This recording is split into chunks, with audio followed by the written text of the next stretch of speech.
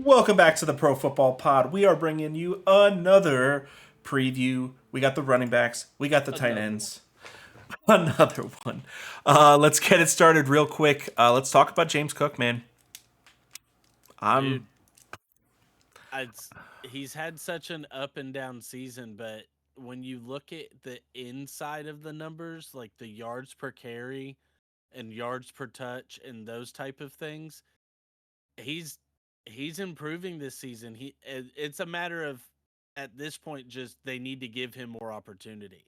yep. And we said it in the last couple episodes, like the Bills, they just don't lean on the run at all, and when they do, it's Josh Allen. To be an RB1 in fantasy, you really have to get 20 to 25 touches minimum. And last week he got 10.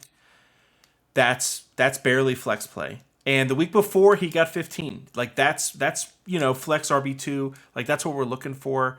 The opportunities is where the issue is. His first 4 weeks, just like the first 4 weeks of the Bill season, was phenomenal. And I wonder if part of it was because of how efficient he was playing that it was able to put enough, like take enough off of Josh Allen. They talked about it in the broadcast a bunch of times during the Bengals game. They called them PPOs. The Bills don't run RPOs; they run PPOs. It's pass option. Yeah. So like they are going to pass it. Or PROs, like Yeah, it's pass first. yeah, Like he and the running is, oh, they shut down the pass, where it should be the other way. exactly. And Where he's rushing after the fact. He had 8 rushes, which was tied for. Oh no, it was the most on the team. Six for mhm, James Cook.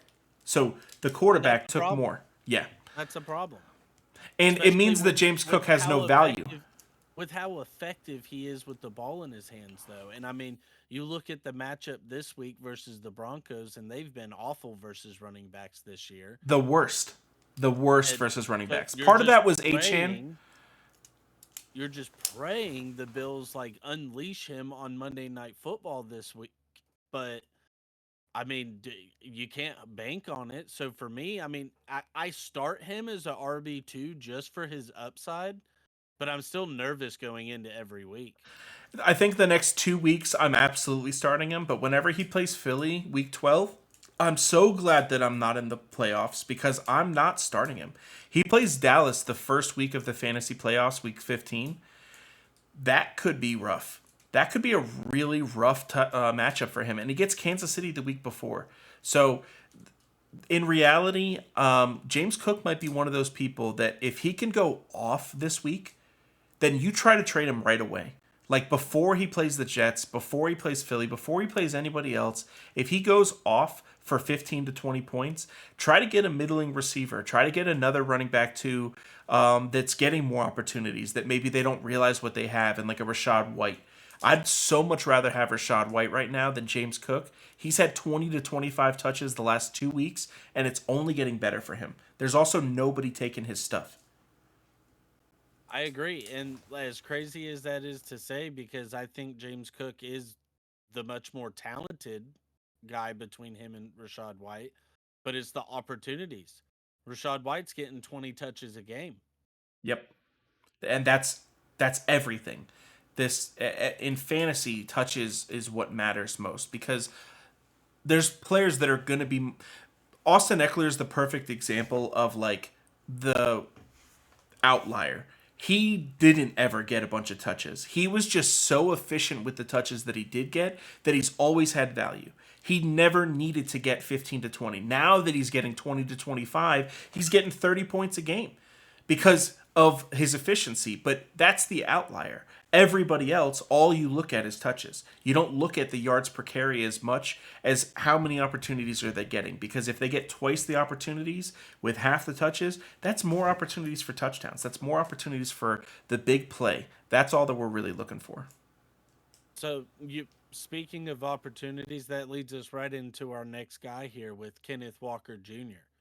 and how you have Zach Charbonnet eating into his workload, what seems like more and more each week. Now, Kenneth Walker, he's still being productive with his touches, but again, the opportunities, the opportunities that he should be getting, those extra opportunities where he should be getting 22 to 24 touches a game, he's looking at 15 to 17 touches a game because Charbonnet's also getting 12 to 15 himself. Well, the last 2 weeks he's had 10 touches and 11 touches.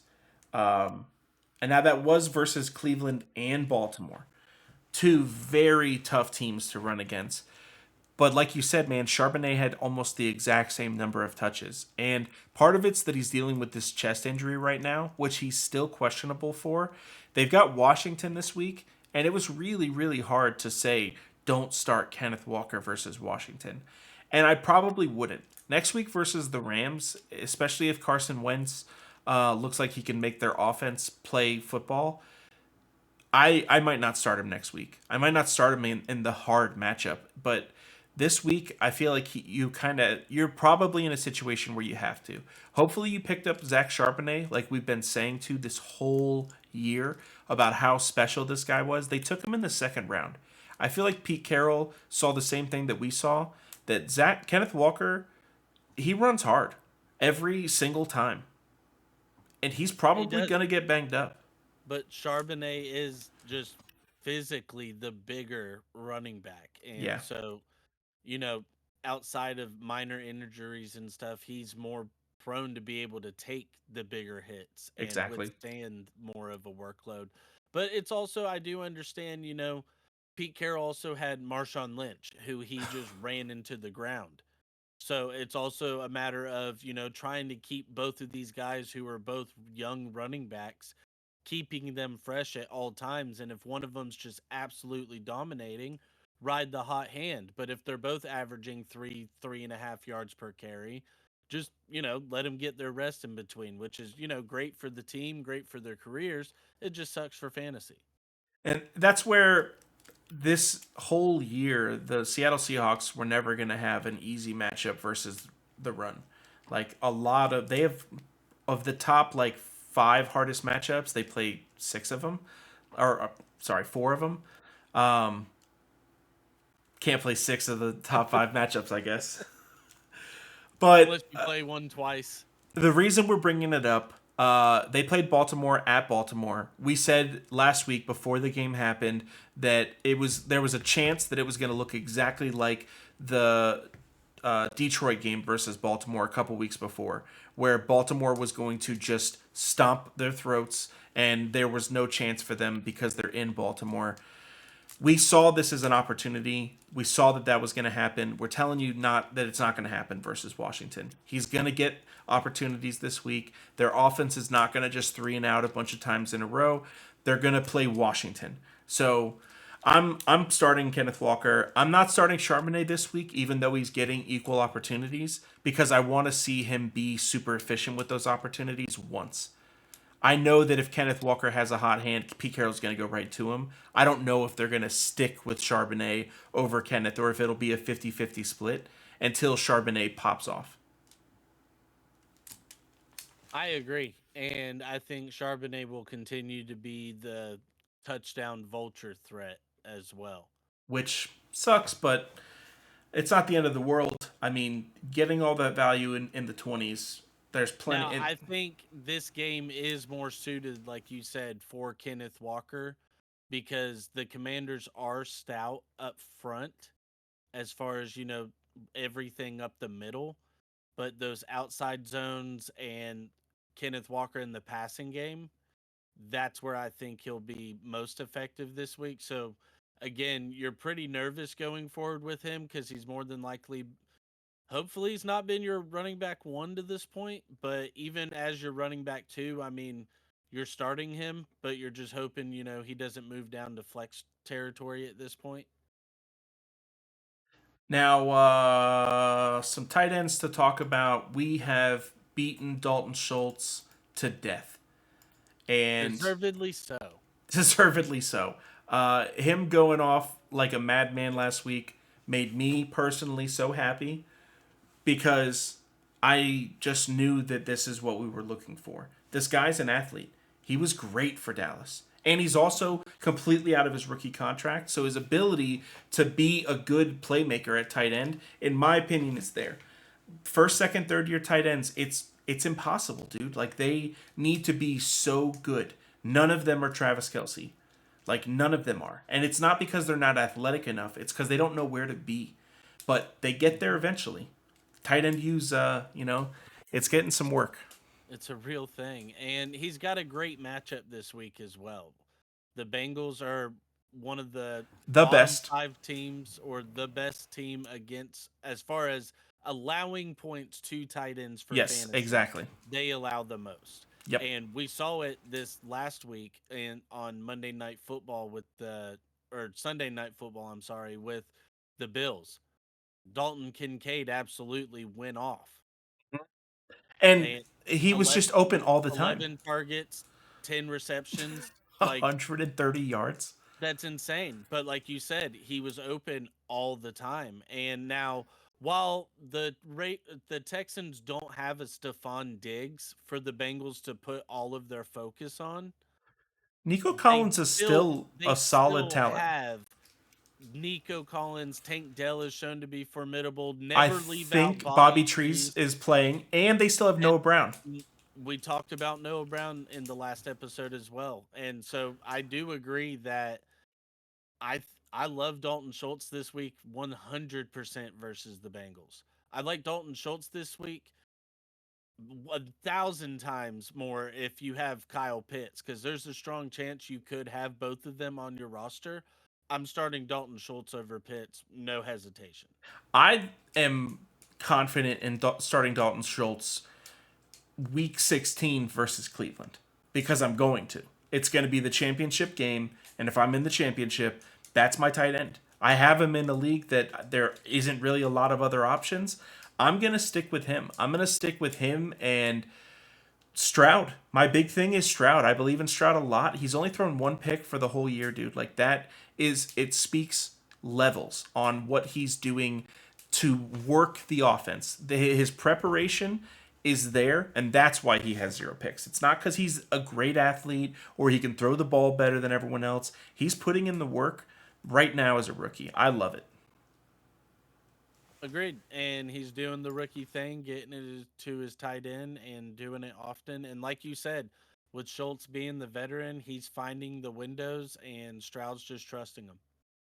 Now, second year tight end, like we just said, tight ends take a little bit to get going, but the super uber athletic ones, especially the ones taken in the second round, they tend to be pretty good too. And this guy is getting his actual quarterback back in Trey McBride. He put up 14 targets for 10 receptions, 95 yards, and a touchdown against Baltimore. Played Cleveland last week and had 5 targets again. We talked about it a couple weeks ago.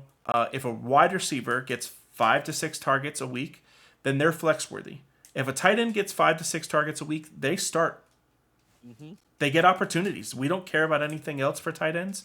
We don't care about touchdowns because touchdowns happen when they happen. We care about targets, and he gets plenty. And now he's going to have Atlanta, the 9th worst defense against tight ends, 9th best for tight ends, and he's got his quarterback back. So I think that this is going to be a high-scoring game if Atlanta can get some points. I think Arizona's going to put up 25 or 30, though. Yeah, I think this one could be a slugfest back and forth, especially in the second half. And we talked about it in the quarterback preview with Kyler coming back. And you look at, just the way that these quarterbacks like Kyler, Lamar, when they scramble, Mahomes, they also all have tight ends that are very fantasy relevant that they rely on. And I believe the reason for that is the tight end is the easiest person for you when you're rolling out of the pocket to look for in that window. And He's a because big they're just body. sitting, big body, boxing out a linebacker, just a solid 7 to 10 yard gain every time. So they're target monsters. You're just And getting I it to the guy in the post at that point. Like, what can anybody do? Trey McBride is huge. You've got Zach Ertz on IR, and yes, we talked about in the last episode as well about Hollywood Brown and Rondale Moore, how these, they do have talent out there. But I also think that I don't expect anything to fall off with Kyler coming back and Trey McBride to all of a sudden just go from 6 to 7 targets a game to 2 to 3. Now, I haven't been calling him Marquise Brown on like on purpose or anything, but I feel like maybe he should drop the Hollywood Brown for a little while. I'm not seeing a lot of Hollywood. He's got to earn the Hollywood. That's what I'm saying. He hasn't earned any Hollywood. He got traded away from the Ravens because he wasn't Hollywood enough. I mean, it's a hot take, but it's also a valid point. I'll give him if he. I do agree with you. Very he has if you're gonna call yourself Hollywood, you gotta bring the Hollywood. AJ Brown could call himself Hollywood Brown. All right, and I'd be totally okay with it. AJ Brown just broke the record for most 125-yard games in a row. That's now, Hollywood as fuck. He is Antonio Brown's cousin. Yeah. So you figure there is a little. Isn't AJ Brown related to him too? I thought possibly. I thought I heard that, but I'm not trying to be racist. I thought I heard that before the draft that was that they had some. I know that they share a last name, but I'm pretty sure that AJ Brown is related to to Antonio, and that's why I was super high on him. Dude, the guy looks like he works harder than everyone else at being a receiver. He's so big. And he's not big like DK. He's just big and I'm gonna outmuscle you. I don't think anybody else is better at the 1v1. I'm just gonna go up and grab it, and you're not gonna take it from me than AJ Brown at this point. It used to be a DeAndre Hopkins game, but it seems like AJ Brown's got that. Mike Evans he can run really fast and catch it higher than everyone else. But if you go up and touch him, he's gonna drop it. Death, taxes, and you finding a way to throw some hate into Mike Evans once a week. Now, we did bring you guys a streamer for the tight end position this week. It's not exactly ideal, but this guy's definitely available on your waiver wire. Michael Mayer for the playing against the Jets this week. The Jets aren't necessarily a great matchup. They're 14th most points against the tight end position, so they're right there in the middle of the pack. I just see Las Vegas controlling the tempo of this game the whole game. Even with Aiden O'Connell or whoever's playing quarterback for them right now. I know that they don't have the interim head coach buff anymore, but I think that Michael Mayer could get some work in. There's not a lot of other guys out there that are going to have good matchups this week that are going to be available. Yeah, as far as streaming options go, I think that's a very solid pick. I mean, I do think the reason I think it's solid is because I don't expect it to be so much as the Raiders controlling the game. I actually expect that pass rush of the Jets to be able to get to Aiden O'Connell a lot. And with the corners that they have with Sauce Gardner and DJ Reed out there, I just think that he's going to have those panic throws to Michael Mayer to where he knows the danger is on the outside. So you've got Michael Mayer, like you said, the Jets are middle of the pack. So for me, I do agree, but I agree in a different way.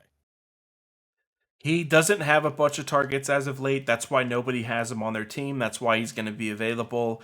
Against New England, he did get 6 for 5 for 75. And then Chicago, he had 4 for 2 for 13. None of these are really, great. But I think that Las Vegas is going to have scoring opportunity a lot more than the Jets. And scoring opportunity is what's going to make the difference. Another sneaky potential, Gerald Everett's probably rostered in a bunch of leagues. But the ones that he's not, he plays Detroit this week. They give up the third most of the tight end position. Mm-hmm. And we talked earlier about how this game could end up being a big old shootout.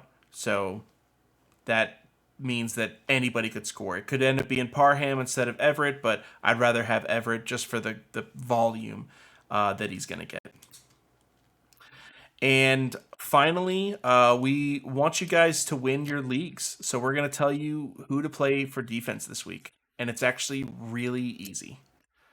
If they play on Thursday, or if they play on Monday, then play. Oh, I'm sorry, Sunday night, then play their defense. Yeah, pretty much. The Panthers or the Bears defense are solid value plays this week. Thursday night footballs are typically low scoring. You're not looking at two explosive offenses here by any means. Mm-mm. You So got Tyson Bagent, so yeah, you've still got Bajent, and I mean Bryce Young hasn't shown anything to this point that says they're gonna put up 30 points. So I like both teams there. And Sunday night, we is just Vegas discussed and it. Jets. Jets versus the Raiders. You're looking at the Jets have one of the best defenses in the league, and the Raiders going versus the Jets offense. The Jets offense to this point has been pretty putrid. Like the So worst in the league. yeah, not very good at all. So Yeah. I mean, you're looking at possibility of turnovers on both sides, possible defensive touchdown on both sides in that game as well. So yeah, if they play on Thursday night and if you miss that out and you have to wait, you've got till Sunday night to pick up one of those teams, stream you a little defense there and just, try to sneak out a win. At least one of those four is available right now. Like Guaranteed. in your league, at least one of those four is available. Just take one of them. It Guaranteed. doesn't even matter which one I would because be willing to bet 3 of the 4 are available. for real though. The only one that might not be available would be the Jets. Well, thanks for listening up to this point. That's what gets you all the little nuggets for free. Go to Tulsi Rose Tea at tulsirosetea.com for all of your tea needs. And make sure to stop in on Friday for the fans. We do an episode for you. We're going to do a live episode, answer some of your guys' questions. So we'll see you all then. Until next time, peace. Flippity flip.